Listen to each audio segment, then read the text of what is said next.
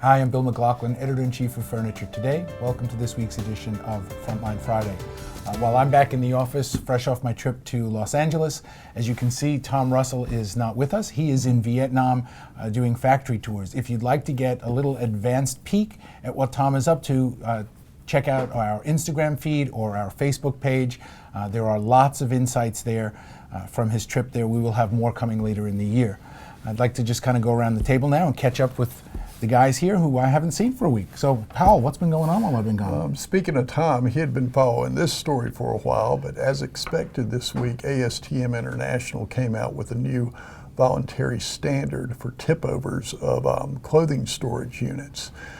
This new standard lowered the minimum height from 30 inches to 27 inches and also put in some new permanent labeling. It's really important that manufacturers and importers and distributors consider this voluntary standard in effect, and that compliance begins now. So, Clint, you're in the middle of working on our top 25? Right, well, actually it comes out next week. It's the top 25 furniture and bedding retailers. It's different from the top 100. They're ranked by their furniture and bedding, not accessories, and includes more than the store channel. There's like 10 different distribution channels. And I won't give everything away, but this year the top 25 combined grew by 7.5%. Not as strong as their growth the previous year, but better than the top 100's combined growth, better than furniture stores in general, like all furniture stores, growth for 2018. And it's one channel that's driving the growth really, and it's the direct-to-consumer, which is e-commerce, and there's two players on our top 25. That's Amazon, Wayfair. Wayfair jumped like from number 6 to number 2 this year. The other thing that you, while I was away, Art Van had a major announcement. Yeah, Ron Boer is no longer there. Yes, we reported that Ron Boer has left. Matter of fact, he's not the only one that's left. They seem to be purging themselves of non-furniture people.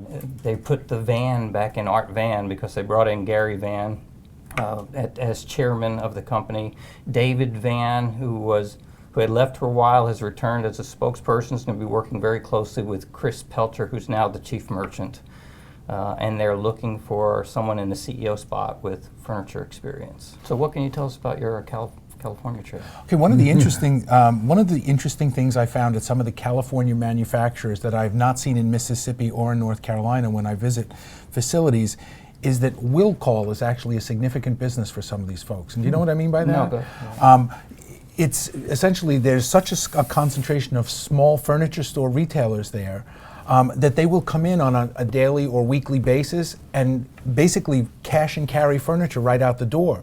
So a lot of these companies like Coaster and ICO and Furniture of America have very sophisticated will call operations where you can come in, you have access to a catalog. In some cases they will allow the retailers to use their showrooms to bring consumers or designers in, see the product, and they have inventory right on hand. So literally someone can drive in. Almost all of them have very nice waiting rooms with TVs and places to sit. They can come in, place their order, and be on the way out the door very quickly with furniture and frequently. So it was an interesting switch from some of the other places I've been. Till next week, I'm Bill McLaughlin with Furniture Today, wishing you good business.